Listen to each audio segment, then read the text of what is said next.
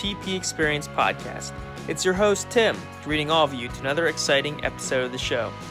Created for that ordinary person trying to live an extraordinary life, you can expect to find that inspiration and excitement to take you to that next level.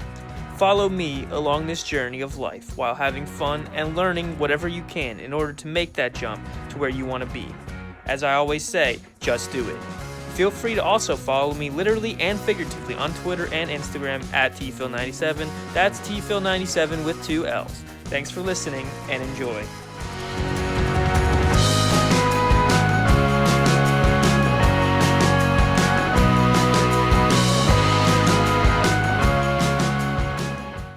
This episode of the podcast is brought to you by insert a non-existent sponsor company.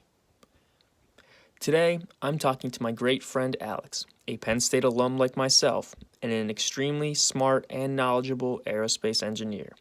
This episode transforms into a long-form conversation about topics ranging from dreams and the analysis of dreams to the moral dilemmas of technological advancements in society. Along the way, we also discuss meditation, the possible psychedelic origins of the Christmas colors, investing, and market speculation. Don't forget to check the show notes for links to the articles that we mentioned, and feel free to subscribe to my channel so you have easy access to future episodes.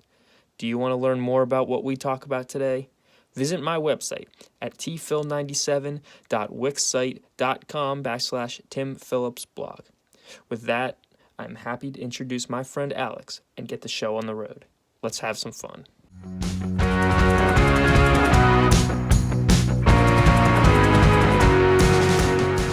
Let's hear these dreams. Been waiting. Yeah, no. I mean, it is crazy. I don't even know what it was like last night, but all right. I don't know where to start. Actually, let's start with you because I don't even know where to start yet. Okay.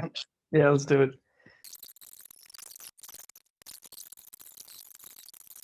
All right, let's see yours first because I don't even know mine yet. So I did have one last night, although I did not remember it. Okay. All I know is I was scared, like always. Of course. Recurring constantly. But so the latest, or I guess the earliest I have is December 21st. So I was on a cruise and it started to sink and everyone was doggy paddling in the water. I found a little boat with an engine, so I got on to go rescue people. But as I drove around, everyone was getting eaten by sharks. Then another dream popped up, so it slipped to another one. And I was on another big cruise-like boat, and I was recruited as a cop. There was a girl I was protecting, and I saw a guy with a gun come at me, and he shot at me and missed. So I shot back and hit him with my gun, apparently. And he kept talking and shooting at me and missing, so I kept shooting back. But I got in trouble because I couldn't. I see it. But I got in trouble because I wasn't supposed to actually shoot him and restrain myself, but I couldn't, and I kept shooting at him, and I eventually killed him, and all the other officers were mad, but there were people there cheering for me. So that was that dream. Interesting. Very interesting. You're on a cruise ship. On both of them, yes. On both ones? I was on a cruise ship the other day too. Nice. Cruise ships are nice. They are nice. It has to do something with the cruise. It has to harken back to that. There's no other way it doesn't, because I mean, like, but the question would be why, and I would say, I mean, that trip was a lot of fun. It seems like left an impression in our brains how enjoyable it was almost. Right. It's like something there we attach to something in that experience, like that we keep when like the setting seems to be in those cruise ships. It's like, oh, this is not an important one, but like, I don't know, something meaningful. It seems maybe meaningful because meaningful. Yeah. I had one the other day where I was like with this girl and I was like trying to break up with her somehow, and I mean this makes sense. I wonder. But it was weird. Like I couldn't like we were on like the 9th floor, and you know how the carnival ship worked, like Yeah. 9th floor, it's like the Lido, or like the 10th floor or whatever, it's the Lido deck, and like it's Yeah. like something. But then like you have to go like to eat and everything. You have to go to like the dining rooms and stuff. But like to eat, you have to go to the 3rd and 2nd floor, or the Yeah. first floor, or whatever. And I was trying to get her down to those floors so I could like break up with her for some reason. And I couldn't get her there. No matter what I could do, I couldn't get her there. Maybe you're She was afraid. like Something's making, stopping you from trying to do it. Your subconscious is trying to yeah, tell you, trying to stop you or something. yeah. Interesting. It was weird. Yeah, obviously, I mean, I think we both know what that's about. Like, That sounds somebody familiar. yeah, sounds a little familiar. But the sharks, I guess the sharks constant. That's just the fear keep popping up in a lot of things. What, the sharks? Sharks, in my dream at least, the Oh, one I was rescuing on people on a boat, and they were all doggy paddling in the water, and they kept getting eaten as I drove up to them. oh yeah. I think that What's that about? they're sharks. That's interesting. Something's biting at you. I don't know, man. Yeah. It's always tough to first figure out.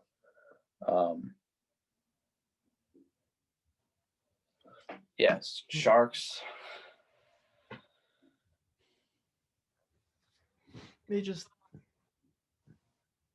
something was just I would come up on something, figure out something, and then it would go away right as I'm about to get it. Maybe. Maybe. Well, what's going on? Is anything going on? No, I don't think so. It's stuck inside COVID, obviously, so not really. And this was like 5 days ago too, so I don't know. There might not be anything there. Yeah, I don't know. That might just be a little thing, something chasing you. Yeah. That's pretty cool. I'll go one more, and then so this one, like December 15th, so that was like 12 days ago. I was driving in very snowy weather near the intersection by my old elementary school, and there were accidents everywhere. And I think at this time it was snowing, so the day before it was snowing. And I got out of my car because I wanted to go to a park nearby. And as I was walking, people were struggling driving, and none of the stoplights were working. And once I got to the start of the park, I saw 2 people from my high school who I knew, and we all decided to go walk around because it was weird and we were confused what was going on. And these people who from my high school I didn't really know well. That's kind of weird, but they popped up. And then when we were walking through the park, and it was kind of like a maze park with like high bushes, and we started to hear gunshots. And we went into this maze like flower garden, and when we got there, there were a group of terrorists with guns shooting people. And we had guns too. And we ended up killing one who came at us with a knife. Actually, we didn't have guns.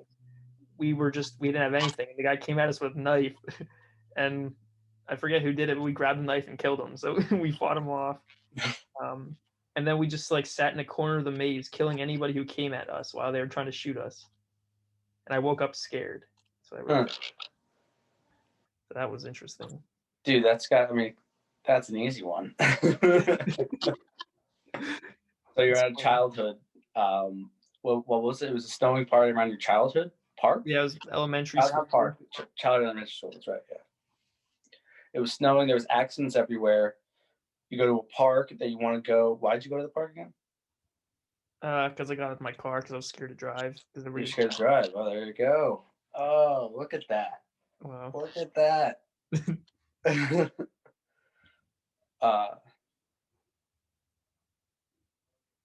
don't know. I got it here. What do you want to hear? Oh yeah, I'll hear it. All right, here you go. King of the theories for dream. You're going. Yeah, it's setting is the elementary school. Obviously has something to do with your childhood. Why is it snowing? Snow. I would say. Why do you think it was snowing? I think you said it was snowing outside that day, but yeah, I think that's probably what it was. I don't really have snowing dreams really. So I think maybe that's what it was. Okay. Yeah, I would say something with snow and something with winter and something with making things a little bit difficult. Mhm.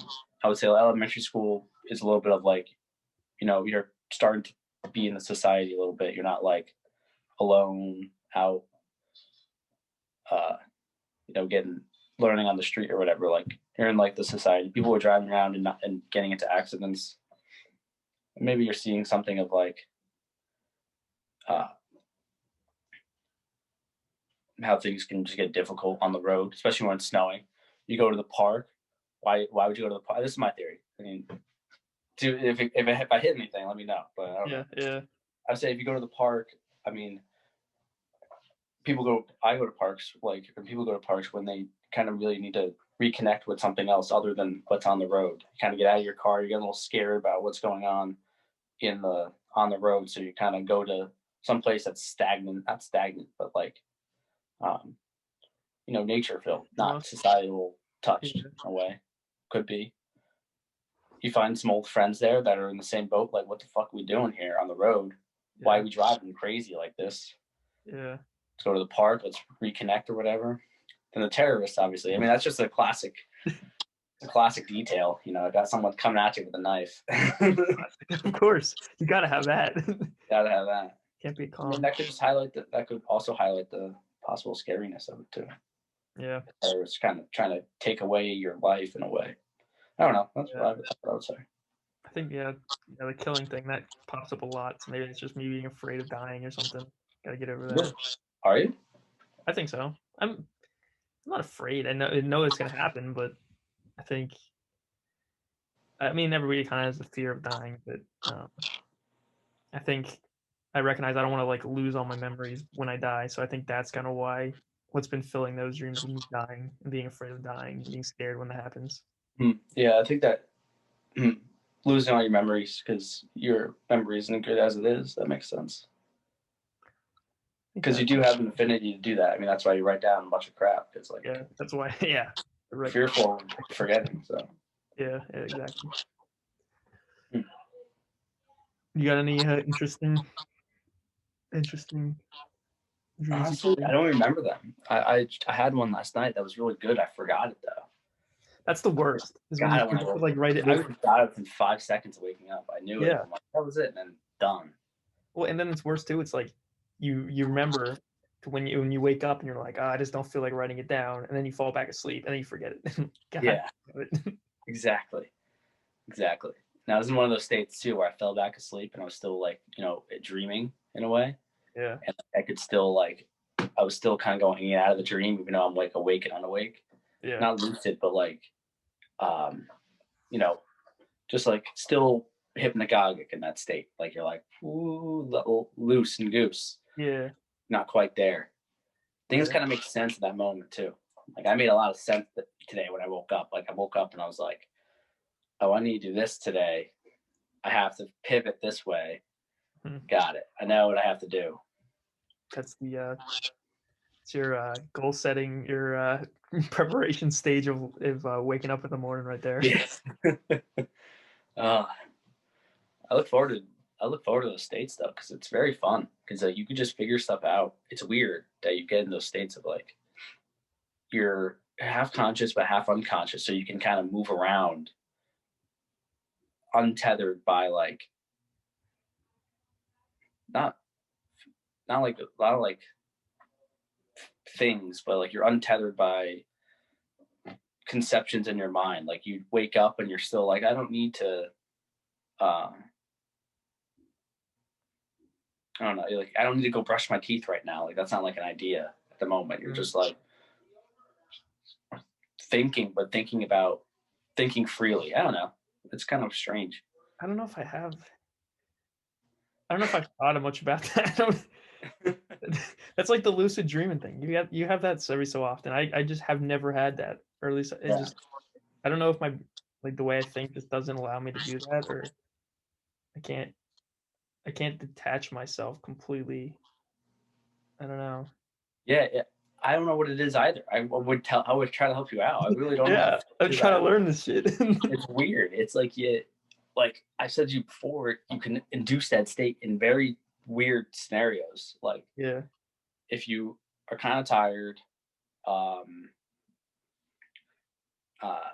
you can induce that. Like you're kind of like, you're like, it's like 6:30, maybe you go to bed at 9. Yeah. And you're kind of tired, but you still want to be up for like 2 hours. Like it's that kind of tiredness. You can kind of induce it there. Put on some low drumming music. Yeah. And then just like fall into like a couch, and it can work.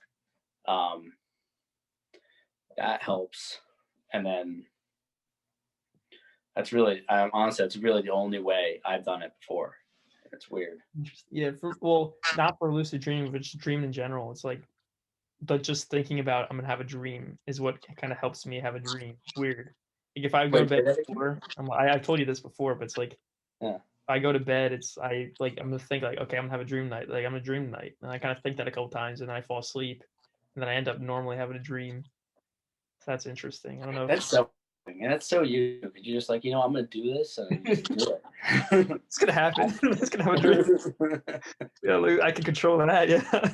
Yeah, that kind of works. And then we have the. I don't know. Here we can see this.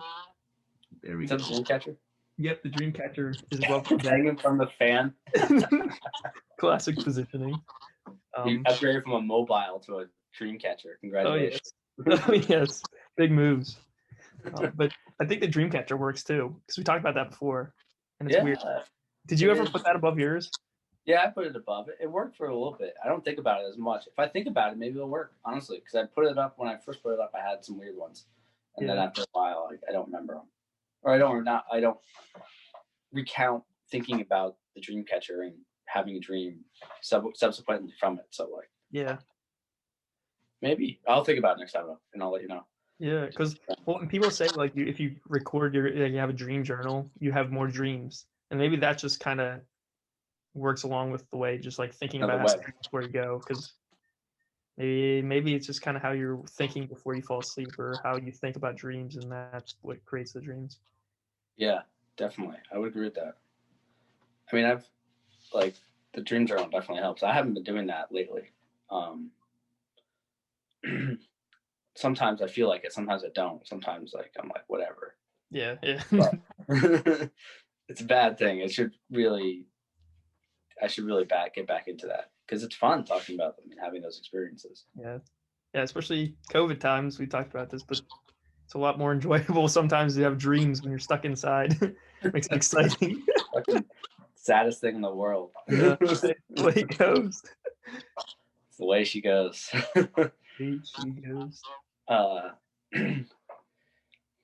Yeah, and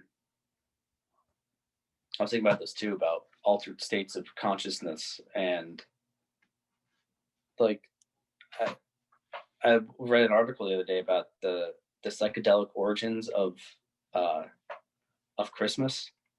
Do you know about this at all? No. This is a great article. I'll send it to you. But it's like in like the Christmas traditions obviously like morph over time. It's kind of like two traditions together. Like there's like the Christian tradition of like, the Christmas season of Jesus's birth and so on and so forth, and that the whole Christmas. I mean, the Christmas season starts on the 25th and it goes for 4 weeks or whatever. So like it's a big kind of holiday, but like not holiday, but holy season. Then there's like the Christmas tradition, like the pine tree, Santa, all that jazz. The Western Knoll. Yeah, exactly. So there's like it seems like the Christmas tradition we have came from like a Nordic type tradition of like winter solstice celebrations, because those Nordic tribes were in like civilizations. Yeah. And they had like those Amoskeria muscaria mushrooms, the red and white mushrooms. You know what I'm talking about? I feel like I've heard that, because I've heard that weird thing before. Yeah, I'm pretty sure Rogan's talked about it before. Probably, that's probably where I've heard it. But I looked it up online, and was reading through all the history and everything. And it's crazy. But interesting. So like people, they would take these mushrooms, and the shamans would dry them out. They would find them under pine trees. They would dry them out, put them in sacks, and then since it was so cold, and not so cold, but like very snowy in Siberia, top of Finland, top of Norway, top of Sweden. Like it's Nordic country. It's cold as shit up there. Yeah. He would take the sack of mushrooms that give you that you trip on, that like you have an experience. He would go through the chimney on the top of the roof and dress as the mushroom, as the red and white mushroom. The shamans would. I'm kind of botching it, but like the shamans would dress up as the mushroom in red and white colors, go through the roof. Are you serious? I'm not, look it up. I'm not even joking. It's crazy. Look up. Let me find the article. That's where. Is that actually where it came from? It could be. Dang. Yeah, I haven't heard that one before. That's interesting. Definitely different. I can. I'll post the link to the article too on the notes. Yeah, hold on, let me find it. That was a good one. I'm getting very interested in. I heard one thing that Bezos said. Sorry, I'm going to switch the conversation a little bit. But like, I heard one thing that Bezos said was like, he said it to Shaq, and Shaq said it to like other people. It's like, classic. Like, he told Shaq like, start investing in things that are going to change people's lives. Like that's how you make money. And Shaq's like, ever since I heard that from Bezos, I've like quadrupled my net worth by just investing in things that like make people like that change people's lives. Dang. And so I say that because I was looking. I've been interested in 2 things as of late, and now it's going to be 3 things. Yeah. I've been interested in astronomy as of late. Okay. Then psychedelics. Because I'm trying to get back into meditation, like deep meditation again, like not just like the 15-minute one, but like the hour. Oh, the big ones. Hour and a half legit one. Meditations, yeah. Those things are crazy because if you do them at first, they're hard, very hard. But like after a while, you get kind of used to them, and then you kind of like go into states while you're in those meditations. You go into like layers of like, now I'm here, and you get to experience things. It's not just like a blank slate. You get to see things in your mind at least. Yeah. At least that's happened to me. I don't know. Have you ever done like what's the longest meditation you've done? I did one for 30 to 45 minutes at Penn State when I had that class, that yoga class kind of thing. How was it? It was, I can't tell if I was like, that was when I started meditation, like legit. And I can't tell if I was like forcing stuff to come or not. But when I did it, it was weird because I could definitely like, I was like an eagle flying over the sky and stuff for a little bit. It was interesting. I was like in my mind, like I was like completely out of like body kind of thing. It was weird, but I don't know if that was like a forced kind of thing or not, because that was like one of the first times I've done that, but it was interesting. That's fun. That's the best. Yeah, it is. It was cool, and it like separates yourself, and you like forget about all this crap going on around you for a little bit. Yeah, that's what it kind of does. You kind of sound crazy when you say that, but you're like, do it. Just do it. Do it, because I won't fucking sound crazy. I'll actually be like, or not that talking to that person, be like, it won't be fucking crazy. You're actually doing it. Like you'll see it. You'll experience it. It's weird. Yeah. Meditation. But yeah, so I'm trying to get into those again because you can get into crazy states of mind in that way, and like get into rabbit holes and into, you start seeing shapes. You start your and also what doesn't help is like your feet start to really hurt after a while. Yeah. But then that pain kind of accentuates it. Morphs into your meditation a bit, because it becomes kind of like a good pain, like kind of like working out in a way. Yeah. Oh, that's interesting. Like I think what is it? Is it Zen? I think it's Zen. Yeah, it's obviously Zen. Like sitting in that meditation pose is called Zazen. Being in that, there's 3 types of meditation in the Zen traditions, like walking meditation, Zazen, and then like practice meditation. Walking meditation, just walking and meditating at the same time with each foot. Practice meditation is like doing things. I might be wrong in this. I gotta look this up again. But like it's something in that sense. But Zazen is one where you're sitting and you're just Focusing on meditating. breath, meditation. Yeah. We Yeah. gotta follow up on that. We gotta follow up on that once you do that and see how. Oh, I'm trying to find this fucking psychedelic thing first. Yeah, we need Jamie up in here. Yeah, right. I think I found it. No, this isn't it. Yeah, I've been doing my 15 meditation. That you don't get as deep into it. Definitely, it's definitely a good relaxer almost and reduces stress. Get up in the morning, just sit there 15 minutes, focus on your breath, kind of just look at the blackness, and then it actually helps relax you a lot. So I know Alex, you've done that for a while. So It really does, though, right? Like I had to do it yesterday. I mean, I was all verklempt yesterday. yeah. I just needed to.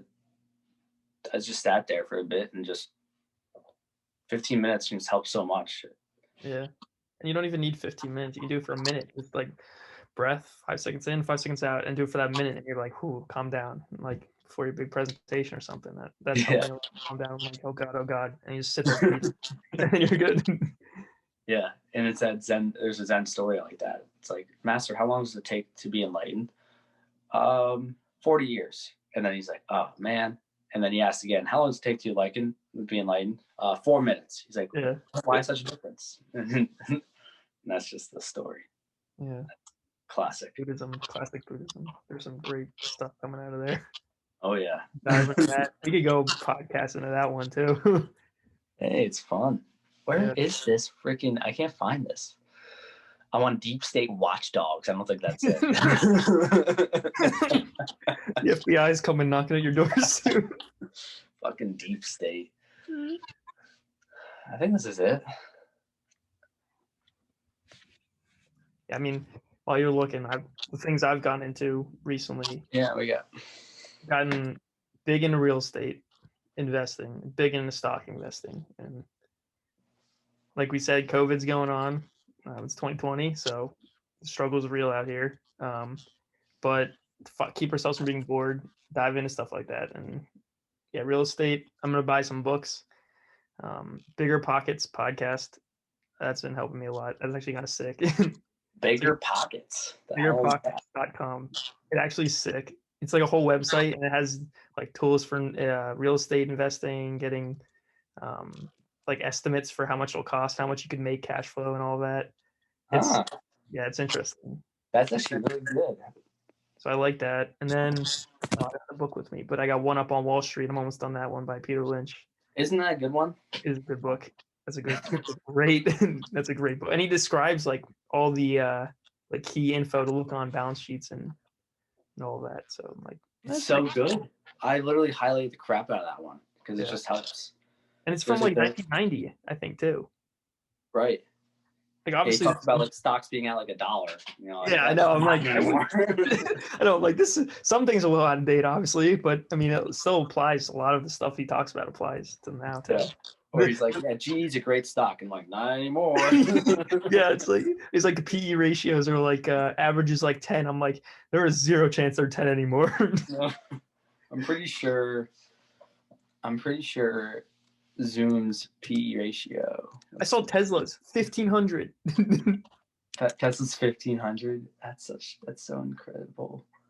That means that's so nuts. It's like 1,500 years to make your money back if you invested. That's what the PE ratio means. Like that's insane. But it's just flying up. Yeah, I mean Zoom is 240-ish. Jeez. I'm just gonna say that as an average. Yeah. But that's just ridiculous. So ridiculous. It's like almost. I'm just thinking about it. It's like almost kind of like his some of his info is just like it's what it worked in the past, but now like the way the stock market's going, it's like out of there's not you can't almost not even follow some of the things because it's just like so out of control almost in the stock market. I would say. Yeah, I would say the same thing. I mean, I think there's a bubble in the seems to be a bubble in the cybersecurity sector and the data like not data security but the data analytics sector. Mm-hmm. Like I just feel like every company's the fucking same in the, Yeah. the IPOs or is in that thing, like Datadog, or I'm not gonna drop names, but like like those, some of those companies, I mean, they have a good business model and they're making money, but like eventually, I mean, is everything just gonna be digital? Who's making stuff now? Yeah. What's being made? Like where's the like That's a great where's point. the physical product? Like Yeah, I feel like the marketing is so disconnected from the physical product of something. Like obviously the things have changed, but like how much have they changed? Is everything online and that's just going to be everything now? Like and like or what's next? Is something else going to pop up besides the internet? Like it's interesting. I don't know. It seems so easy when he's talking about it too in his book. It's like, oh, you just go and like you see these stores popping up and you're like, oh, this looks like a good place. I like this. Look at the stock and you invest. And I'm like trying to do that now, and I'm like, this stuff, everything I'm looking for is like been up in the stock market, like already at $100. I'm like, I can't find anything for $2. Yeah. There's nothing even close to that. No, nothing. And IPOs are like $60 starting. Like Airbnb was like what at 70? I think it started 60 something. So yeah, I think it's up in the hundreds now. So DoorDash, I think IPO'd at like 120. It's like DoorDash. It's all the IPOs might be going away. I saw an article about how there's a new, I forget what it was called. It's like I can't even.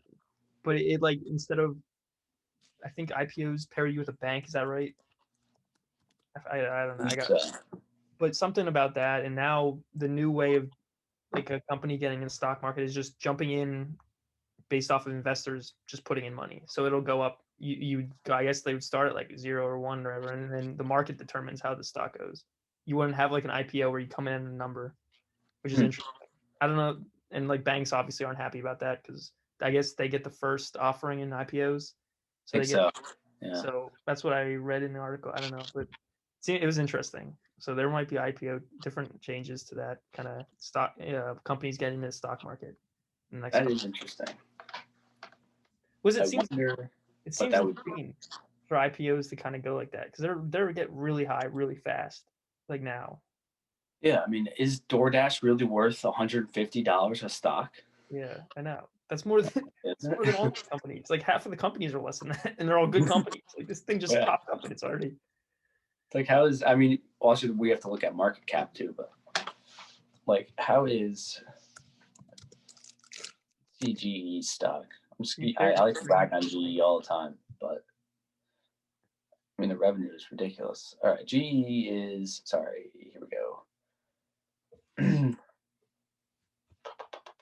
93 billion market cap. DoorDash is not even close to that, no way. But still, they're 50 billion now. They're half the market cap. What? 50 billion? That's crazy. 50 billion market cap for DoorDash. Like, I get DoorDash is a good company, but like, yeah. Is that our economy now? Is that what's driving everything? Is just people ordering fucking McDonald's? Everybody gets lazier and lazier.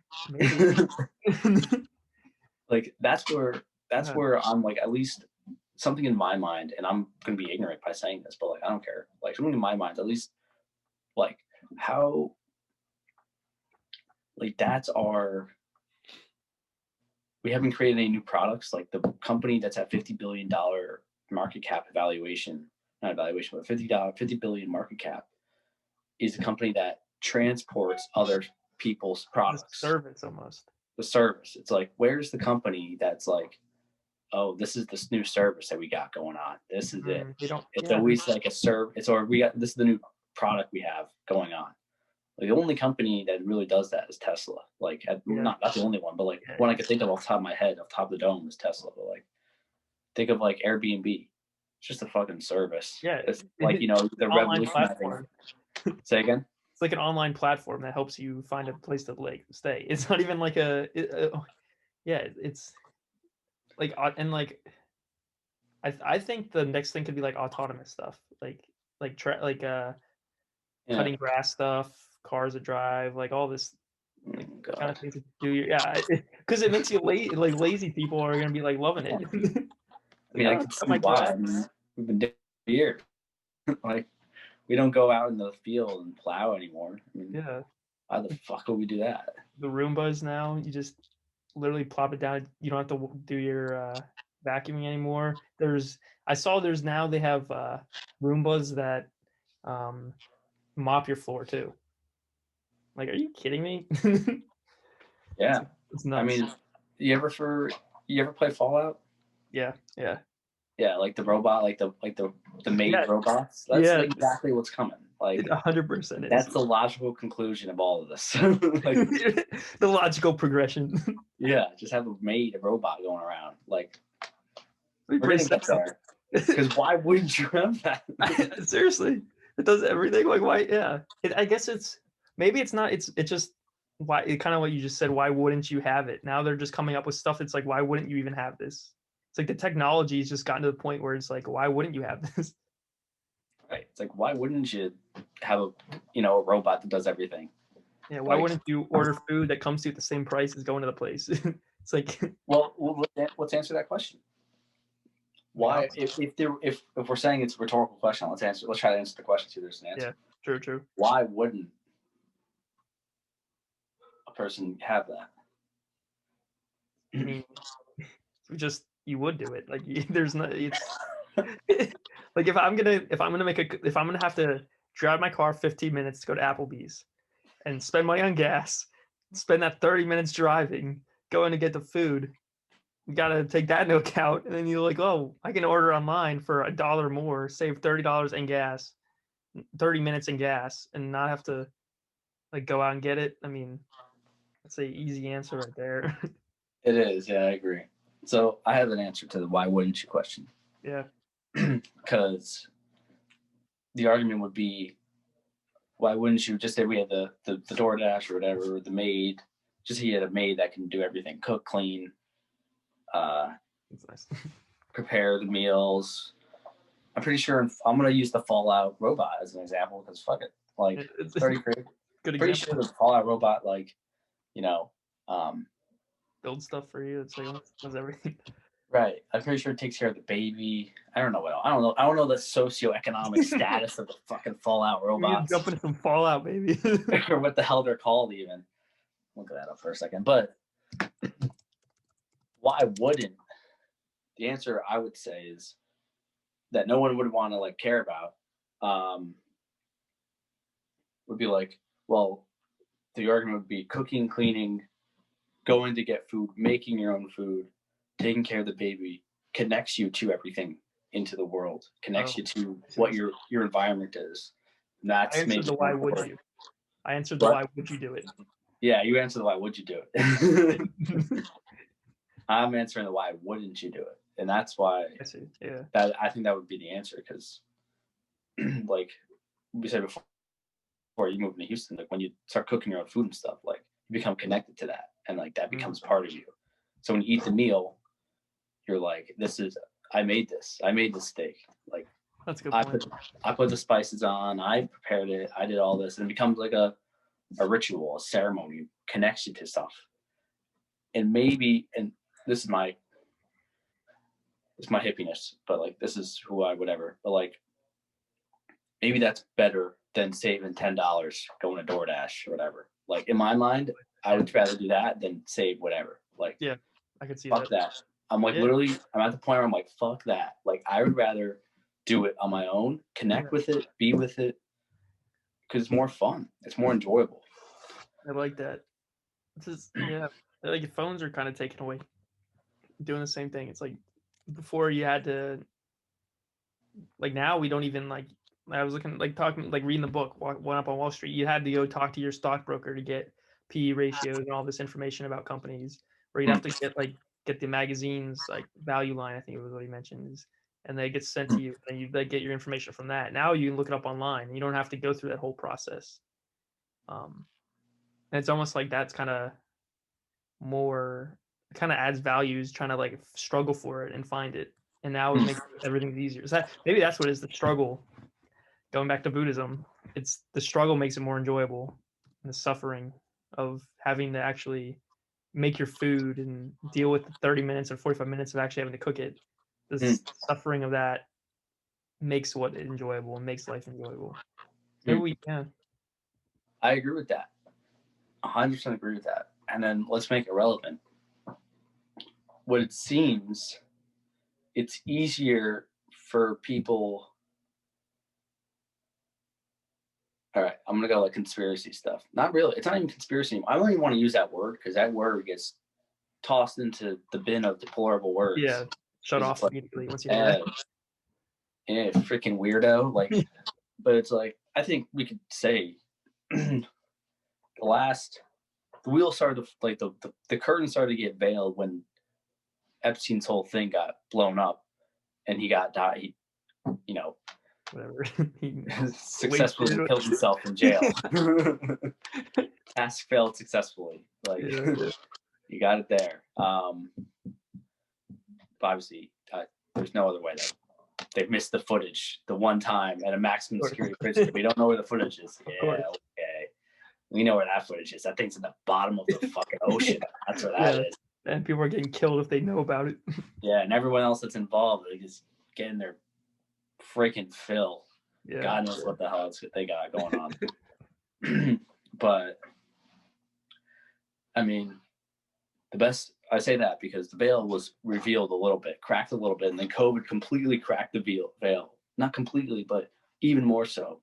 Yeah. The reason why I think the veil was thrown with Epstein was like the silence around it was hilarious because it's like, oh, he was with everyone, all these people, with these guys. Oh, whatever. Institutional journalists, nah, whatever. It's like, wait a minute. This country's not. There's a lot of people in this country that aren't fucking stupid. It's like something's going on there. Like, you guys are doing something. Whatever it is, something's going on backstage. We smelt a little bit of it. We don't know what the fuck it is. We don't want to point fingers, but people smelt it.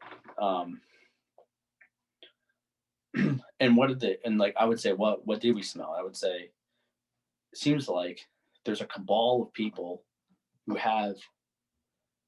somehow got emerged in their. I mean, it's so complicated, but like, I'm just gonna say, for simplicity's sake, there's big technological improvements, massive from the 1900s to the 1950s. Like, what are you gonna say? Like exponential? Yeah, the exponential curve. Yeah, definitely. Because like, from like penicillin to birth control to I mean, right there, boom, those two. Yeah. Like, that's a massive. We don't even need the car. We don't even need telegrams, telephones, radio. We don't need all that. All we need is penicillin and birth control, and we are good. Yeah. Honestly, throw everything else out. New society. Throw out the phones. Throw out the cars. Give us the penicillin, the birth control, and we're good. That's really all we need. That's it. We don't need this fucking horseshit. It's the hack. Then we figured it out. What's your view of a new society? Just give us the fucking penicillin, birth control, because God knows you have idiots who want to go, 3,000 miles an hour in a great car. Yeah. It'll do whatever it takes to get there. Or you have, absolute psychopaths being like, I need to accumulate $1 trillion in fake money. I mean, money is kind of, money is money, but like, I need to accumulate $1 trillion. So get these psychopaths out of here. Trim the fat. Let's just stick on the birth control. Let's control that. And fucking farm in the back. Screw it. I'm just joking, of course, but no, but I want to hit the ball back to you. Seems that like in the 1900s, there's been. I'm gonna actually name the ones I think are the most important: birth control, penicillin, telecommunications, and electricity. Mm-hmm. Those four. Yeah. And the combustion engine. You could say the combustion engine as well. Yeah. But I'm gonna stick to the ones that really matter. That could affect everything else, because what really matters is how how people interact with each other. And the one thing that affects that is telecommunications. I think because the combustion drives the economy, the electricity obviously drives the economy. Penicillin keeps people healthier. Birth control controls the birth rate, so you don't have, 12 kids in a family. Runaway population. Right. And all that jazz. And like, so I would say telecommunications was like one of the biggest ones, because then one person can affect millions. Mm-hmm. Like we've seen that. Obviously, we studied about that in Hitler and Stalin and all that. Yeah. Yeah, I'd go off on that too. I mean, internet. That's a little in the future too, but it kind of relates to it's now we have access to all the people, the website, like interweb. You can talk to people. I can talk to you. I can get any information I possibly want. And then I think the engine is big, combustion engine, because then you can travel different places and you can meet. I can go over to Europe and meet other people. Obviously, you could do that on a ship or something, but it propped up the economy as well, I think. So I would say those two are pretty important. Electricity, so you can work at night, and then technology boom that creates like the technology boom almost, because then you can do all your work with electricity and all that. So yeah, I think those three are pretty important. And then penicillin, keeping us alive. That's pretty important. Somewhat. Whatever. That helps. Well, it's not doing a good job right now. Getting COVID. I think it's doing all right. Yeah. If it wasn't for modern science, I mean, we'd all be dead. That is very true. Yeah, but I agree, and like those things are extremely important. So one thing, like I absolutely agree, because without the combustion engine, I mean, literally can't drive places, you can't drive things, you can't move equipment, you can't move coal, iron, steel, and build things and do things. So like, the speed. Yeah, and electricity too. Working at night, I mean, we like for thousands of years we were only productive from 6 till 6. Mm-hmm. Like it's a huge difference. You can't do anything past that. You can't see fucking jack. Like massive.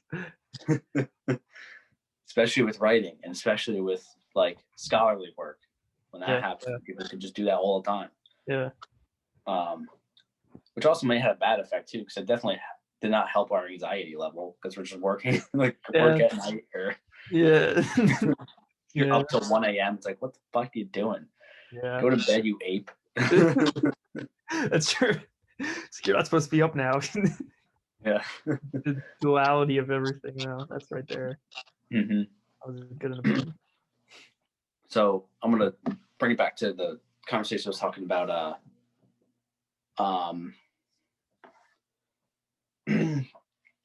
What's his face? With what's going on with talk about like the consumer economy and whatnot. Oh boy. Sorry. Hold on. My bad.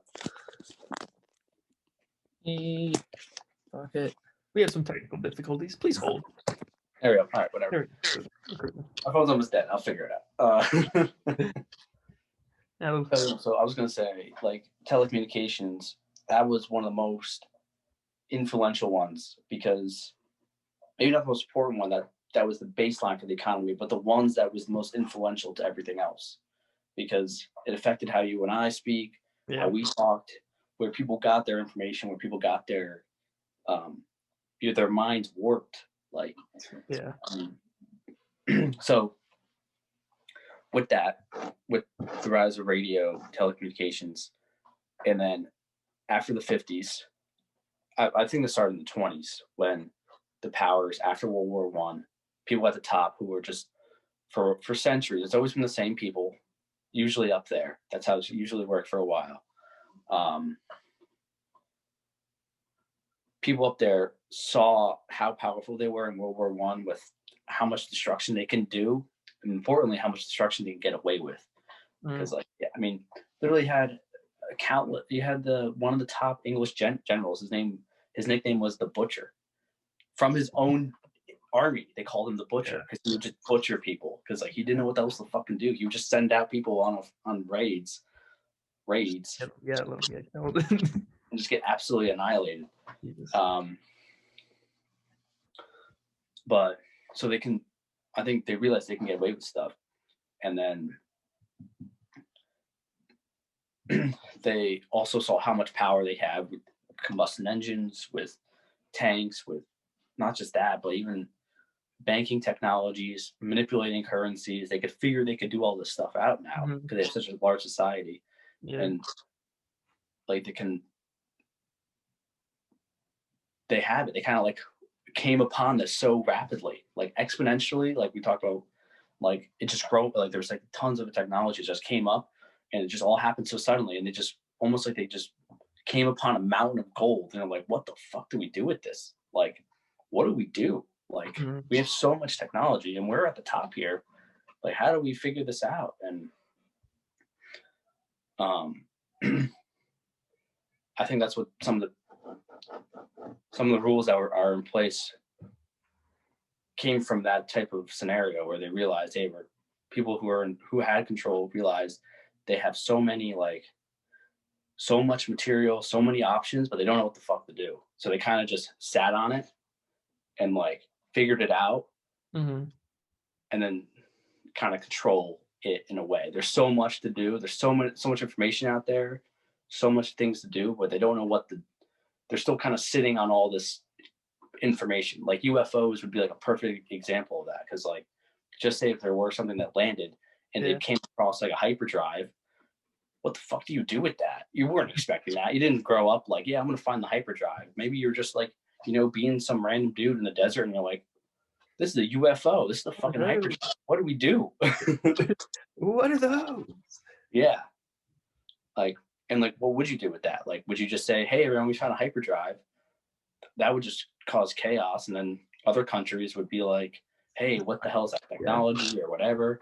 Like, what I'm trying to illustrate is, and where we are right now in relation to like our current economy is it seems that something emerged out of like really trying to like an industrialized world something emerged where um, we had so many materials and so many crazy technologies and something that we could so much power and influence over things that we didn't know what to do with it. It's like finding a hyperdrive and you just like it's just overwhelming. It's like what the fuck do I do with it? And just emerged.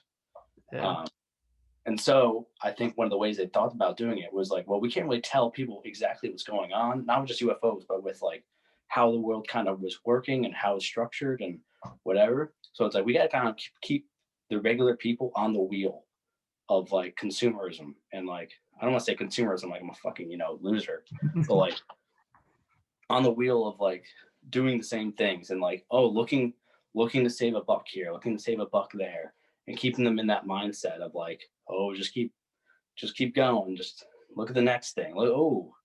Look at this. Oh, Yeah. look at this, because they don't know what the fuck they're doing back there anyways. Like Yeah. could be masterminds, but I doubt it. I think they're just people with a lot of random power, and they're like, I don't know what the fuck to do with this. So Yeah. here we go. Like, Stuff. Yeah. and sorry, I'm gonna put it back to you because we're saying about if you want to have that robot that could do everything, like that's where our current society I think is going because well that just keeps people on the wheel because it's just being like oh Yeah. look at this I have this new robot that does everything and then it's like is that what life's really about having everyone else do everything for you or is it about you doing things for you like what's the difference here and Yeah. That's a sorry good. my whole diatribe I've been cooking that one up for a while because I've been thinking about that because I'm like No, it's good. looking at everything and I'm like well what's the point like Yeah. what the fuck's the point here Yeah. It's sorry delightful. that was a lot I don't know No, it's good. Yeah. That's interesting. Yeah. That's a way to look at it now. When you have to like rethink about things when it happens now because technology is so advanced now. It's like oh, it's like do you really want to be using this or do you want to like actually like have something worth like living for or doing? And it's a good point, especially yeah coming up now with all this new tech and all that. yeah and what would you say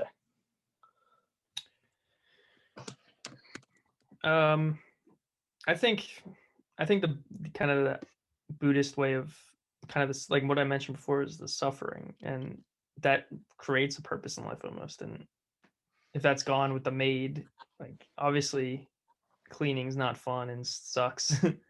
And like making food, it takes time, but it's like kind of like you said, you get to connect with it and you can enjoy it, and it takes time, but it's something that you can be happy about doing. Like I made a painting yesterday. I've never done that before, and you saw it. It's like you could have a robot do that for you and have a painting and it looks cool and like it looked better than what I did, but you didn't do it.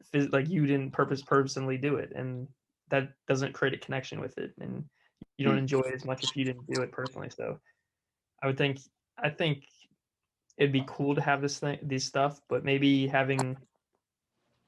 knowing, kind of separating yourself and knowing the difference between using this tech and actually using it, but also remembering that, well, you got to suffer and you got to struggle to do things as well. So kind of combining it maybe would be better. But I know if it comes out, everybody will use it. The tons of people will be like, oh, I'm doing everything, do everything for me. And they'll just be sick. Exactly. But you got to be that different person that can still use it, but also maintain that past of struggling and suffering with everything. I think. Yeah, I like that, because like you'd be kind of stupid to throw away something like that sometimes, because it become like real handy. Yeah. But to lose the whole bigger picture is the real problem. It's like it's Yeah. not all about saving, 10 seconds trying to clean something. Like And it's like kind of like a book too. It's like now I'm like thinking about I have books in my room, and it's like, do you really need to read anymore? Like you don't really have to read like, especially in the future now, like podcasts, you can listen to things all the time. You like got it on your phone. Like, do you really need a physical book in your hand? It's like it's enjoyable, and it like reading takes time, but that's like that's another like it's painful to read through things because it takes you days to read it, but that's enjoyable, and that's a way to do something that might go like, who knows what happens with that. Who knows? That's a good question. I mean, for years, worth noting, for almost all of our existence, no one read. Like only like a few people ever read. Like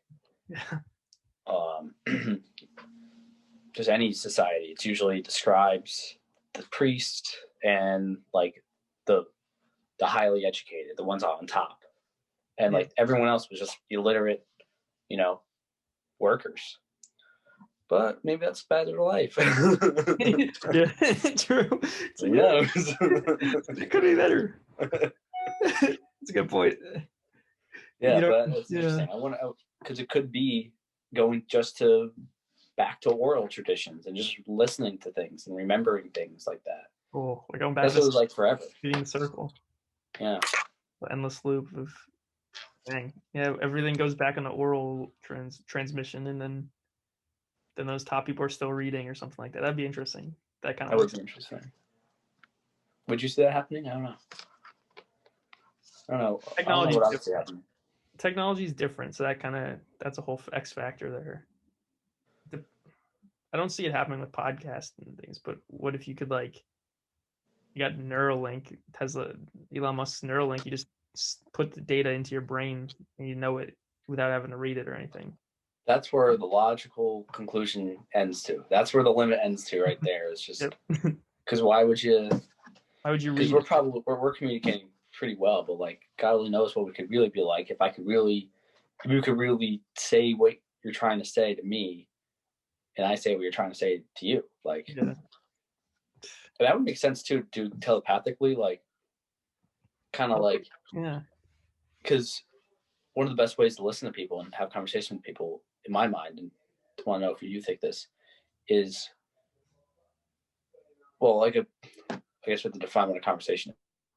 The conversation is more a forum to understand where we each other are at. Like I always use the example, like we don't talk about socks because like we know what socks are. Like we don't need to understand socks more. Like we got it. We're down that bridge. But like whatever we're doing right now, we're trying to understand something. God only knows what it is.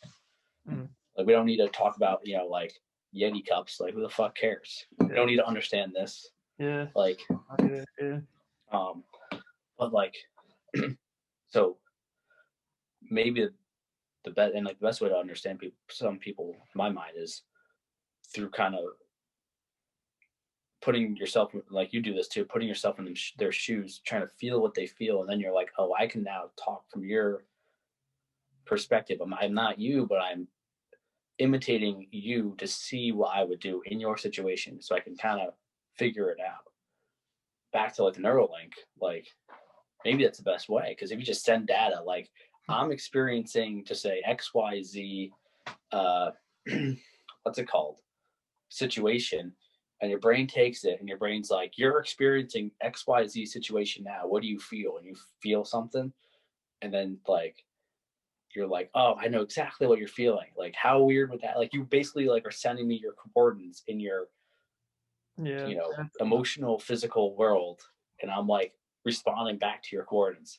That's fucking weird. Then I'm really interested in Neuralink. That thing, Yeah. that's gonna be nuts once that starts to form. If it forms, hopefully it forms. But the way he's talked about it, that's you don't need to text people. You like that's insane. I know, right? It's not fucking crazy. Sorry. But like we said, then like what's the point of talking to people if you could just send stuff? Like then that gets in that whole loophole of should you struggle for it or just make it easy on you? Yeah, exactly. Like, what's the point? Like, is the point having? I'm going this way now.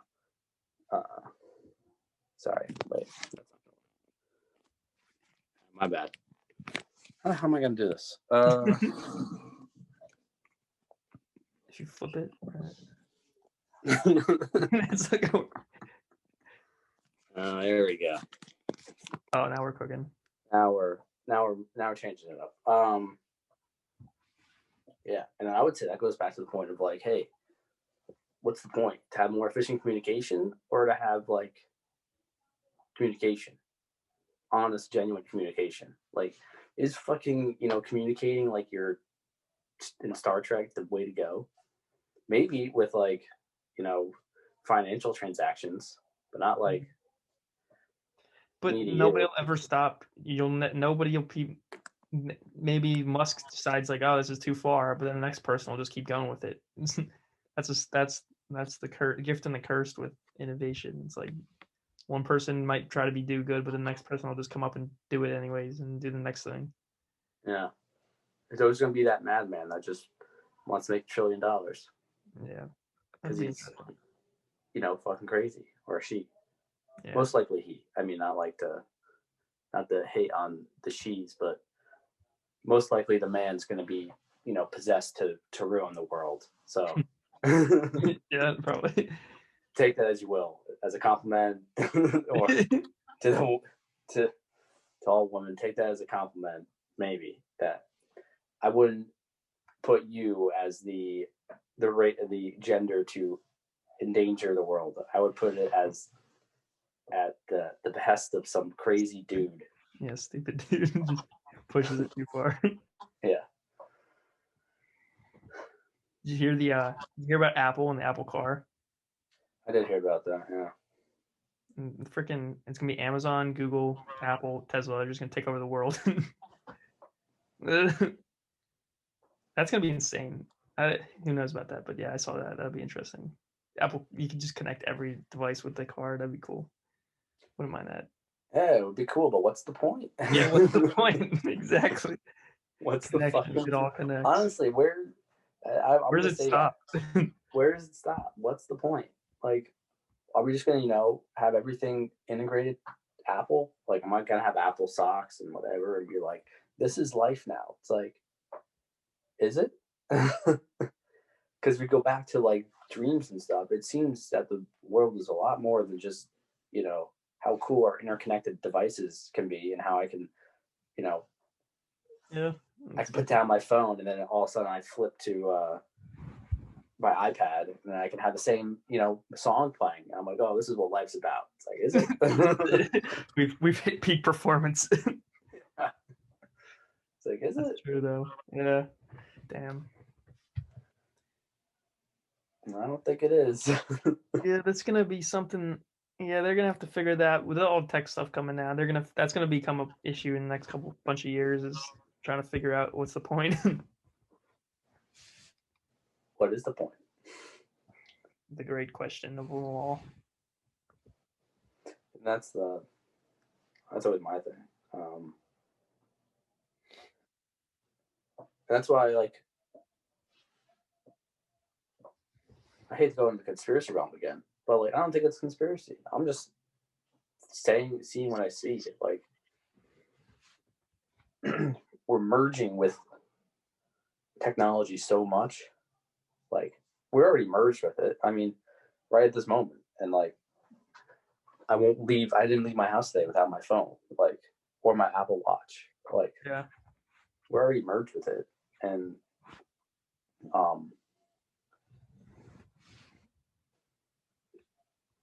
we're kind of all in on that societal. It seemed.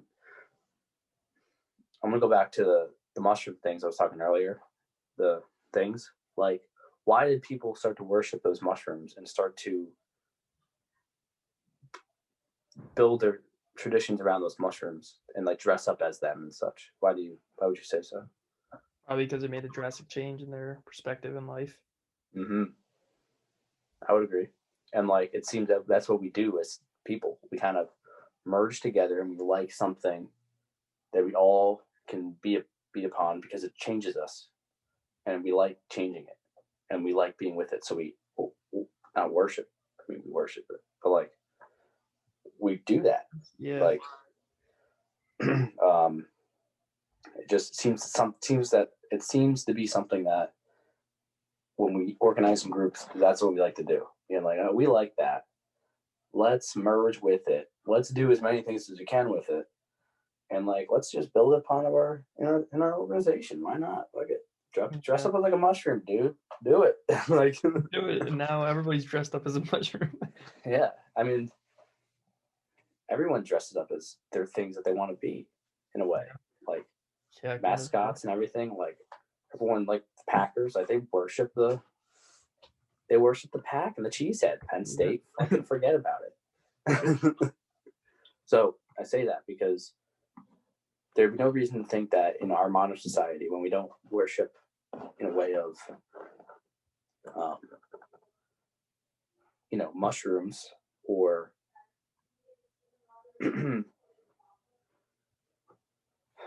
deities or gods or things of that nature, we kind of worship science. Like, that's I would say so. I don't know if you would agree with that.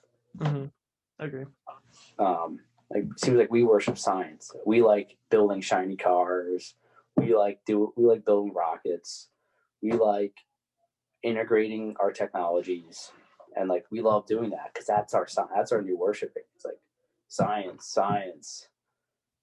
and it's done a lot. And like, it's almost the same thing as a mushroom. Like, I've never had mushrooms, but from reading people's experiences, it's like, when you take a mushroom, you kind of get something in return, and you get a life-changing perspective in return. But then, like, in science, it's almost the same thing. It's like, if we do these certain things, do these experiments, we do these hypotheses, we get this in return. We get this cool technology. We get the combustion engine. We get electricity. We get whatever. We get integrated technologies. We get this. Like, we're like, okay, if we work hard enough, we sacrifice to this science, we'll be able to get something that is useful for us. Like, that makes sense. I don't know. Yeah, I can see that. They kind of, yeah. Maybe, yeah, I could maybe sacrifice. I agree. I can see the sacrificing because you work so hard to get there. Now it's like there, and you're like, oh, well, now we did it. Now you just got to keep going, and you keep sacrificing, and you keep admiring your work, but then you need more. Kind of, yeah. I agree with that. Yeah, it seems like you need more, but also,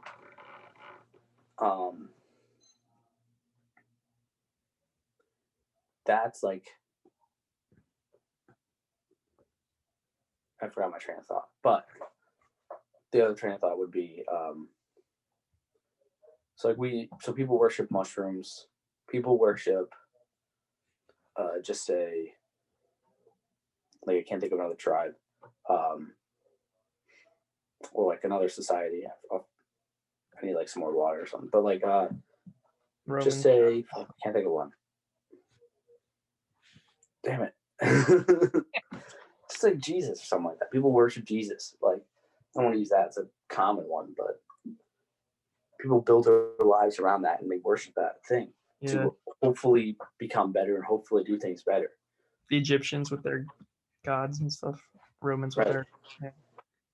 Like, they worship cats because they thought because cats would kill their killed mice and kill.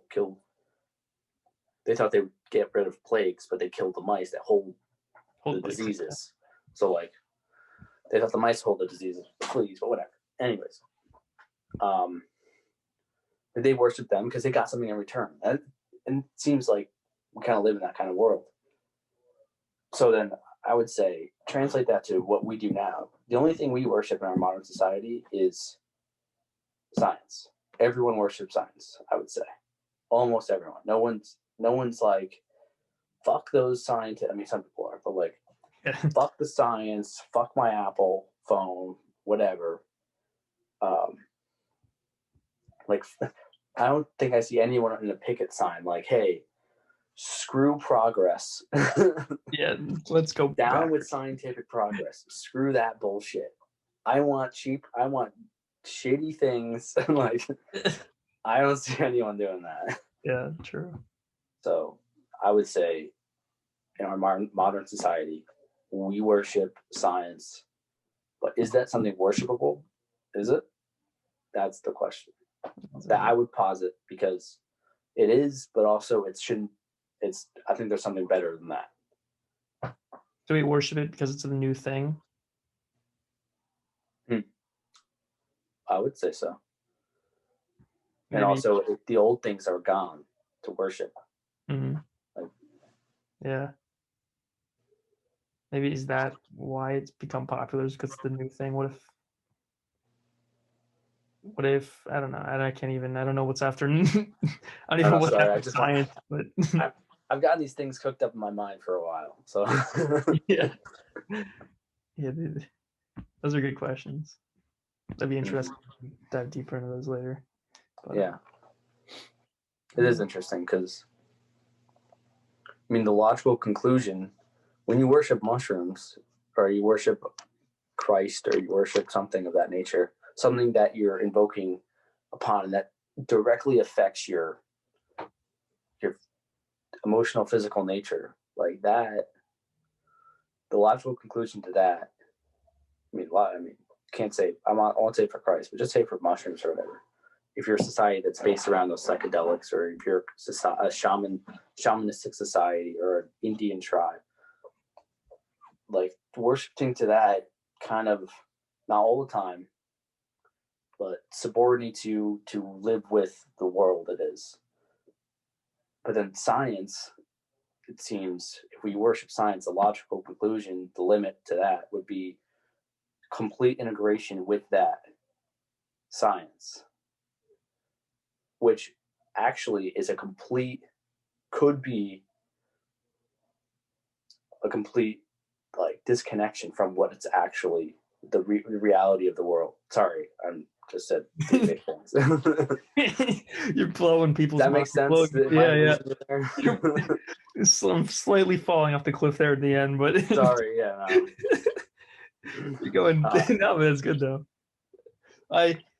What if I would posit the last thing, because science in Milton's Paradise Lost, that's the poem with the conversation between God and Satan, Christ and Satan, and the devil, and like how the devil fell and all that. And like Lucifer was the smartest angel was the highest angel in God's order, and he fell because he thought he was his intellect, he thought he can outsmart God, and that can kind of be intellect, and the devil can be what's it called, equatable to each other, like. And I would say that makes sense in like ego sense, like if you're like, the ego is thinking that you're better than everyone, or that you're not necessarily, but that you are. What would you say the ego is? The ego. I know this conversation's gone off the rails. I'm just going off. I'm sorry. Would you be opposing me not answering and getting back on the rails? Go back on the rails. Sorry. Okay, Yeah. no, it's good. Getting back to where we started, the dreams, connecting dreams. How, if you compare, or I guess with the technology and the science and everybody worshiping science, how do dreams fall into that equation when we don't have emotions, or emotions are kind of taken away from by technology in the future? What do dreams? What are Say the that again? Okay, I'm trying to connect it here, so we're reaching here. But if Yeah, sorry. no, if dreams, I guess if technology negates kind of the importance of talking to people and showing emotion and all of that, because you're able to just get it in your head by like importing whatever, what's the point of the dreams, and will dreams be of importance, I guess, again, or will we even have dreams if we don't have emotions? And does that relate, I guess, does that relate to like suffering, and how could we, if you can't dream, then you can't suffer in your dreams and like that? Yeah. I would say the dreams would become more intense if there's a complete integration with science and science technologies. The dreams would become more intense. How? I would say because in that technological world where you're not very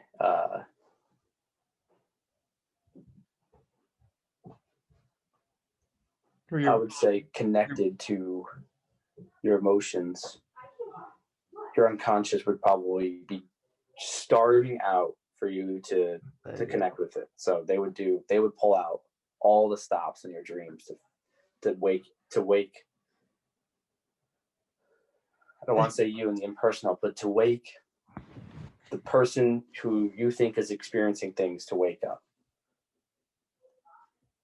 So, okay. That's what I would say. What would you say? So then do you think dreams are that, using that, the dreams are really important then? Because they can kind of, they signal like a connection between your emotions and yourself, and if you lose, and if it starts to get really intense, maybe that means you're separating your, like something's going off with, or something's going wrong from your like normal human like biology, and that should be like a signal maybe that something's wrong or something's going wrong. I would say that. What would you say?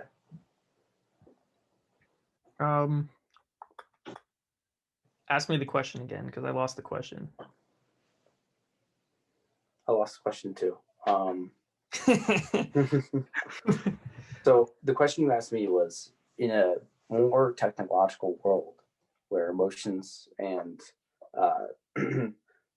interactions are more kind of synthesized and not very like organic, it would be kind of, I download your emotions, you download mine, and we figure it out.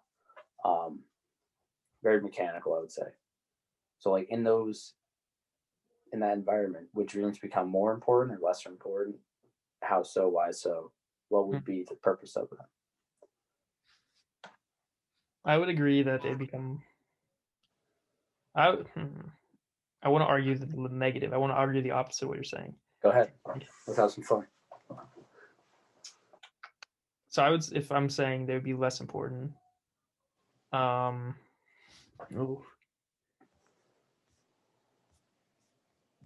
Maybe we wouldn't. I would say, so you think it would become more vivid. What if they became non-existent because the lack of connection between your emotions and your conscious, that disconnect creates kind of like your brain, like how your brain gets stronger if you think more and all that, like your muscles, you get stronger. If you stop using your subconscious more and your conscious more, and you keep losing them less and less, they start kind of slowly dwindling away. And at a point, like I feel like kind of your conscious is like low key making your dreams kind of occur. If that muscle kind of decreases, then the dreams might go away. Oh, okay.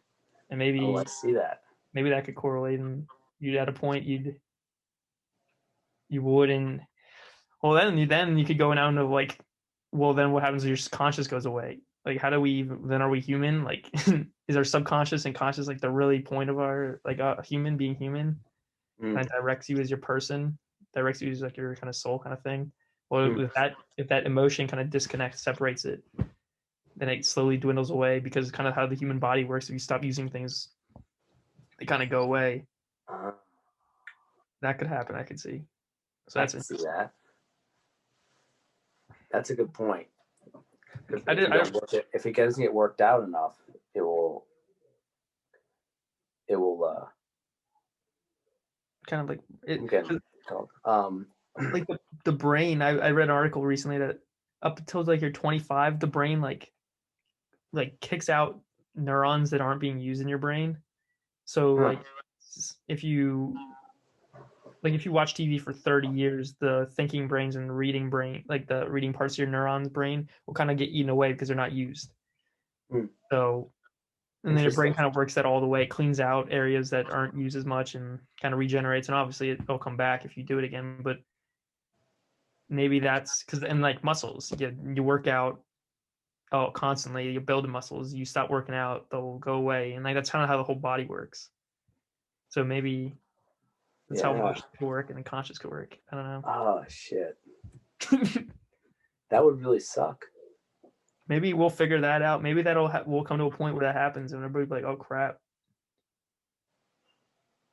That's scary because if that, so I guess the question would arise in really the dynamics of dreams, like where it stems from, its purpose, but like what gives it juice? It's like the other thing, and it's like, is it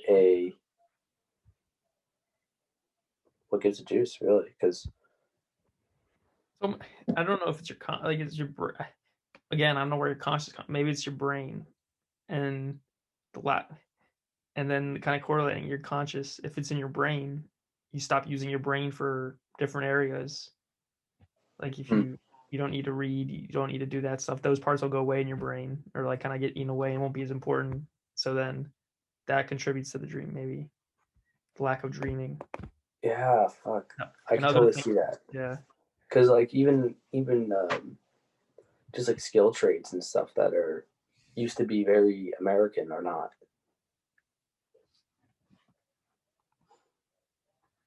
Sorry. Used to be very American are not as prevalent. Like no one really knows how to weld correctly now. Yeah. It just evaporates in the back because It's not necessary. It's like we don't need it. Like, so you're saying it could be the same thing. There's really no other reason why it wouldn't be, other than some unknown factor. Because now the dreams would just go away. Yeah. You can even see that now. It's like kids nowadays are so like we use our phones. We know how to work our phones so quickly. Like kids who are born know how to do that. Adults don't. Like your brain forms differently based off of what you're doing. So like that could be a big thing. Maybe our brains will start changing based off the tech, and then we go down the whole. Then your brain things would. We might not even be like the same type of humans that in the next 20 years. Who knows? Based off of what kind of technology's out there, because you don't need to use your brain like you used to, really. Right. And especially with the dreams. Yeah. I can totally see that not working it out, not having it, then in our conditioned world, there's no purpose to have them because it just like what's the point? They fade away because it's like, oh, all your problems are solved already. Like all your emotion problems, everything is solved. You're good. Because isn't that kind of what dreams are? Yeah. Yeah. I actually like that better than my theory. My theory kind of sucks. My theory is very my theory is very like I believe in basically like a divine like helper in dreams it's always going to be there. It's something beyond consciousness and beyond good and evil. Like it's something that's always there that will always help you. But I actually like your idea better because You got to dive into where it comes from, though. yeah. And I don't know where dreams. I think it's in the brain, but who knows? Like, yeah, I don't know. That'll be interesting. That could be a big thing that comes up soon too. So what would you think would be the downfalls of not dreaming?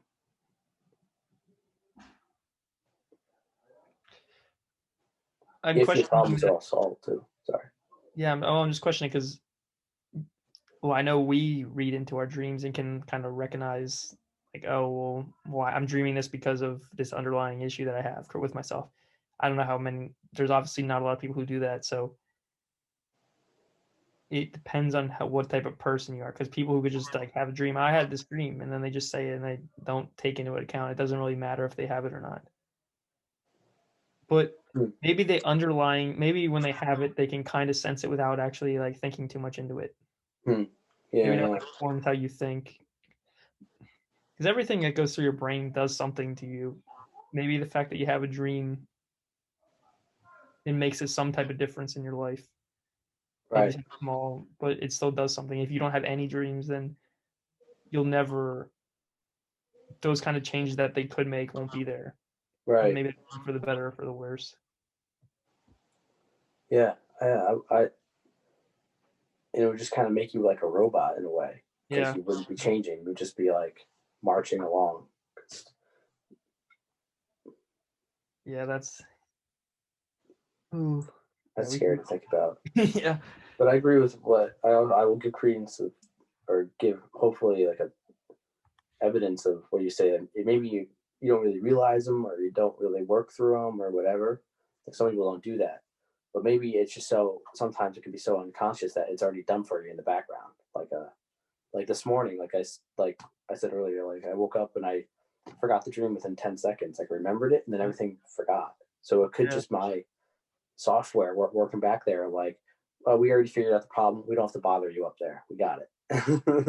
Yeah. Like, that could be it. That's So the like, thing. Maybe that's your brain thinking.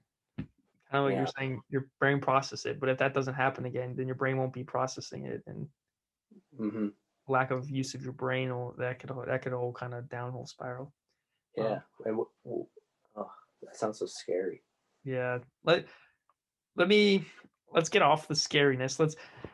I don't know how long it's been, like an hour and a half. Let's maybe to kind of finalize it.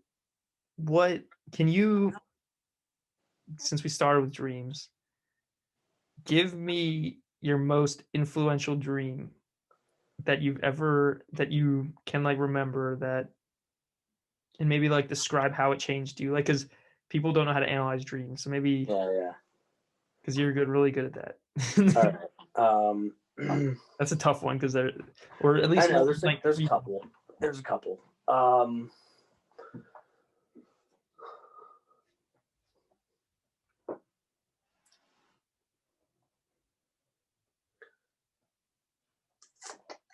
I don't know if I want to do that one. I don't know. like you know, I like your question, but I'm thinking in my own head. I'm thinking out loud. Yeah. Because there's one I could do. If you don't, if you're thinking not to do it, probably don't do it. Yeah, I'm not gonna do that one. Although that one was, I analyzed the crap out of that one, and that one helped so much. I would love to tell it, but I can't. Or even just like a simple one that's like that you can just explain almost. Yeah, fuck. I'm putting you on the spot here. Yeah, no, do you have one off the top of your head? Oh, let me see. Let me see if I can pull one up. Sorry about that. Hold on. No, maybe this is just more of a question of just analyzing, showing how you analyze dreams. Oh yeah. Okay.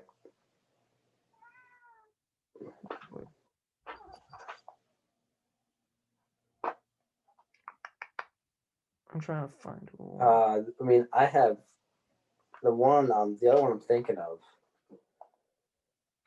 is my other journal, but I forget some of it.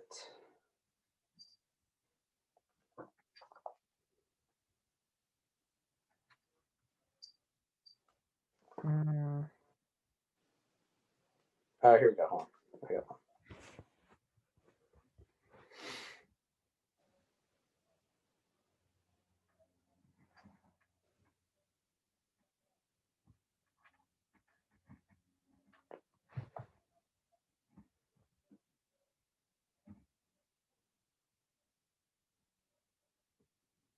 Oh, nice. I got one. We got a winner. Let me get myself familiar While, with the while details. we're waiting, we both keep dream journals that when we try to wake up, we mentioned it before, we try to wake up, and like right when we wake up, we write it down, and it's interesting to look back on. Obviously, right now we can it'll be important, but looking back on it, you can kind of see how you were thinking at the time and how you're kind of what occurred at that moment in life, which is interesting. Definitely recommend.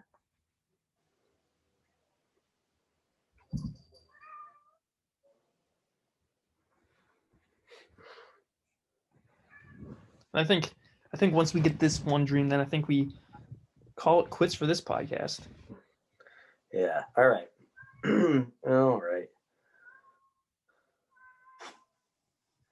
Take a time. Put you on the spot. Yeah, I know. Okay. This was what? April 20th, 420. Nice. It was a 5-dream sequence. I won't go into the whole sequence, although I don't think this part of the sequence is important. But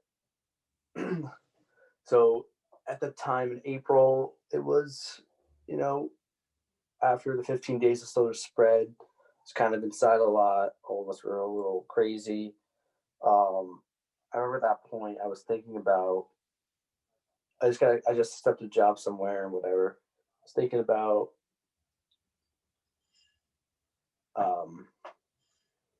what I want to do and what I want to look for. And so this dream sequence starts out, I was on the island of Ithaca, like the mythical island of Ithaca, so which is like the Odysseus island of Ithaca. Yeah.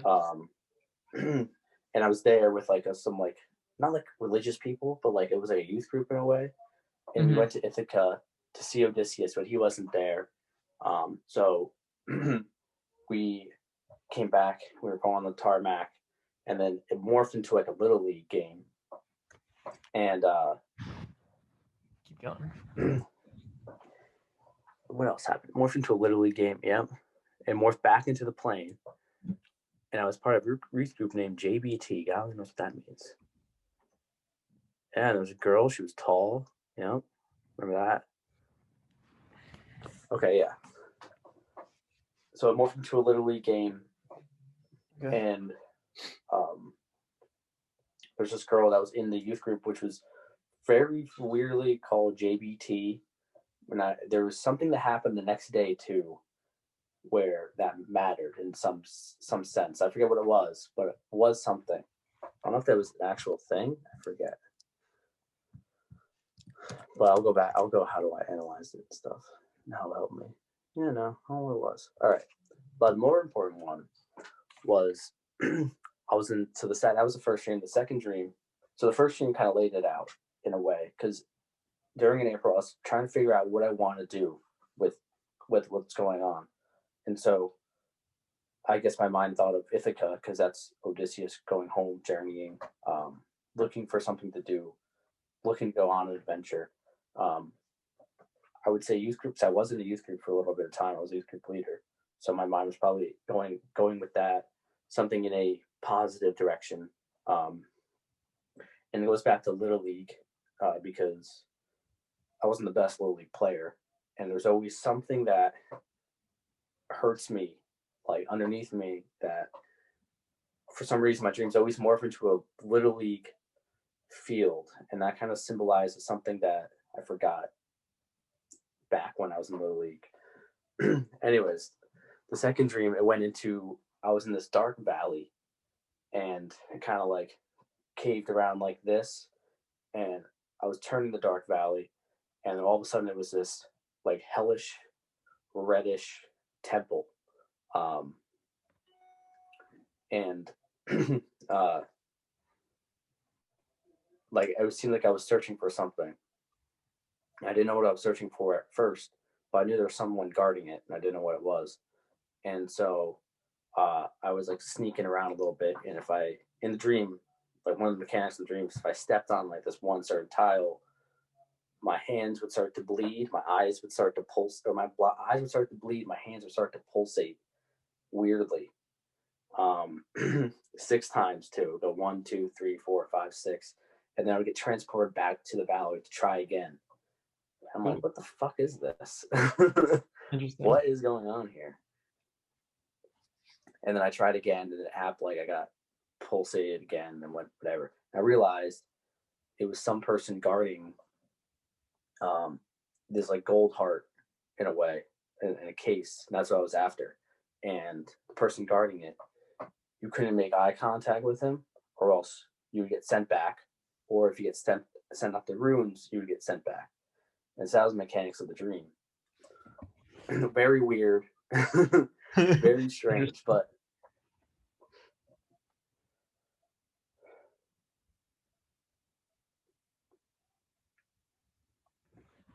what I analyzed it as was I'm searching for something in my childhood, because the literally game before was something interesting.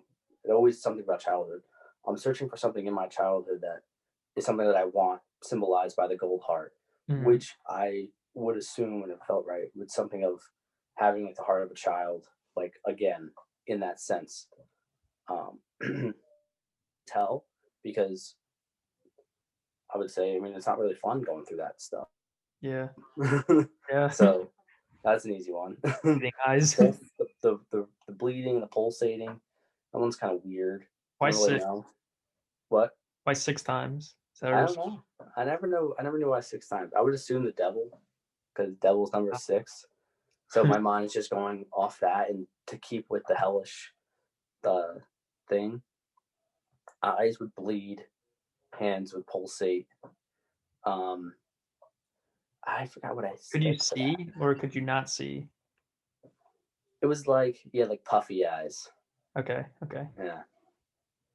But it didn't even matter, because the one thing I found too is if the interpretation works, you figure it out, then you're good. You just move on. You don't worry about the other details. That's what I found, at least. Because right away, I already figured it out. It's like, oh, I need to go. I'm looking for something way back when. Maybe something in the heart of being someone. Go and do it. That's what I interpreted it as, because it's like I'm in hell. I'm looking for something. What would be a hell to me? It would be like looking back in the past, and then I would go. And I woke up the next day, and I'm pretty sure I wrote that. There's 3 other secrets. There's 3 other things, but oh wait, hold on, I missed it. Sorry, with the hands, you would step on something, your eyes would start to bleed. But then if you shake your hands 6 times, then you're good. Interesting. Doesn't really matter. Just a cool one.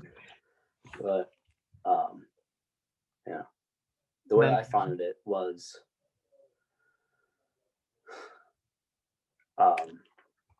with dreams is just whatever it feels, what it is, that's what it is, because that's what it usually is. They're really trying to help you out and stuff. So yeah, with that one, I was like, oh, I'm really trying to figure stuff out. I really want this. So I need to go back in my past and figure out what I want, and then move on from there. How do you analyze them? Do you meditate on it? Do you sit, like, how do you kind of analyze it? Yeah, that's a good question. Either I am writing and I sit back, like I write down as much as I can with a dream, and I sit back, and then like I kind of close my eyes a little bit, like not like a meditation, just like a mental exercise. Close my eyes and be like, all right, what am I trying to understand here? Like, what is this going? What's going on? And then whatever comes, and I'm like, nah, it's not that, and like kind of have like you have that feeling, when that feeling of like understanding comes in, where like, oh, that's definitely it. It's hard to describe, but it's like you hit? Fuck, I don't know how to describe it, but Oh my God, I've done it. yeah, you know what I'm talking about. Like you say Yeah. something, you're like, oh, that's it. It's like Yeah. that's the right interpretation. Got it. Yeah, and then sometimes I meditate too, just like sitting on my bed, just be like, all right, 10 minutes. That's what it is. Whatever. Yeah.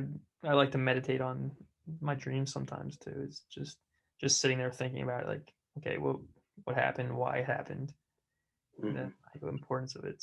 That helps sometimes. Yeah, and kind of figure it out because Yeah. you know what's going on in a way. Weirdly enough, you know what's going on, but you don't really know yet, and you just have to kind of figure it out. It's like, oh, that's what's going on. At least that's what I assume. Yeah, and sometimes there's just nothing that has your dream has nothing to do. Like you could just be a random dream sometimes. So it's always interesting. But yeah, like kind of like you said, there could be something that points to an underlying kind of something going on in your head that your brain's trying to figure out. Mm-hmm. I think that's what it's almost always that it's your problem solving mechanism while you're asleep. Yeah. I think that's what it really is, honestly. It's like what problem is it's like that dream was like what problem is it trying to solve? Is trying to show me in an interesting way that I would remember. Like it was trying to solve the problem of like how do I spend my time right now? It's like go and search for something in your past and you'll find it. And shake your hand 6 times. I don't know what the fuck that means. God only knows what the hell that is. Yeah, I mean, I think with that, how do you do it? How do you do it? Yeah, I mean, when I dream, I normally when I'm not lazy, I'll like sometimes like 2 o'clock in the morning, 5 o'clock in the morning, I'll like immediately wake up and I'm like, oh God, I had a dream. I'm like, I literally grab my phone and I literally type it all out while I'm like out of it. Like sometimes I don't even like I'll type it and I'll go back to sleep and I won't change it at all. I'll just leave it as what it was when I woke up because you're at that point where you're like, no idea what's going on, but that's when it's the freshest. So I like write it down, type it out, and then just like let it sit there. And then every so often I'll go back when we talk about dreams or whatever, look through my stuff and read it again. And sometimes it makes no sense. Like I have to like look over for a second because I'm like, what the hell did I write? But yeah. But then that's kind of how I at least get it down. And then I will read through it and then kind of meditate on why I like kind of what happened and what I said before about the meditation thing. Yeah. Yeah, and then talking to you because you're a beast at analyzing these things. And we come up with it. It's pretty good. Yeah, exactly. Kind of works. Do you have any other pointers for dreams or think of? I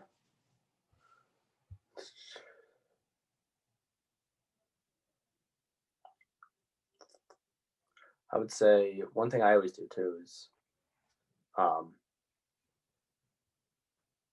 see how it plays out in the next day in your dream. Because if you think let's see how your interpretation plays out within the next day and see if it works. See if it's something it's helping solve a problem. Like the other dream, the other one that I think was the most influential one, I don't really want to go into.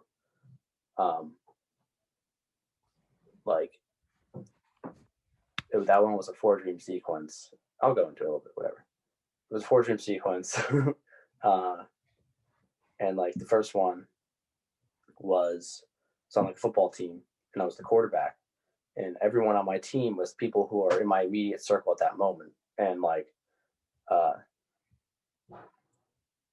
on the football team, on the football field, it's kind of like this is the way I interpret it, is a man's game. And if you're the quarterback, you're the one that's conducting the man's game. You're the one in charge of it. Like you're the focal point. You're the one. And I couldn't throw the ball at all. Like I couldn't do anything. And whenever I tried to throw something, it would be like a brick. It just wouldn't work. And like the defense was so loose and so lax and so shitty, but I couldn't score and we lost the game. Like that was the first dream. And the other dreams related to that same sort of problem of not being the man face the correct opposition and doing the right job. And I found in my waking life, I woke up and I'm like, this is crucial, because at this moment, like, I need to be the man I need to become more masculine, become more confident in myself in order to win the games in my real life. Like, I kind of applied that for the next month and it worked great. Like, it was a weird thing. And like, that's why that one was very influential, because that one actually fucking worked. Yeah. Kind of. I mean, you know, the outcome, but like, it helps. It helps. Yeah. I don't know. Yeah, that's a good advice. Yeah, I think, that's definitely something useful to think of from that perspective. And with that, I think it's a solid place to end as well. It's the first podcast. Solid work. Yeah. It was enjoyable. I did like it. Sorry if I went off on science. Like we said at the beginning, who knows what's going to happen on this bad boy? Yeah, soy sauce, science, whatever. Yeah. Really good. All right. Well, I'm going to stop it there. Thanks for listening.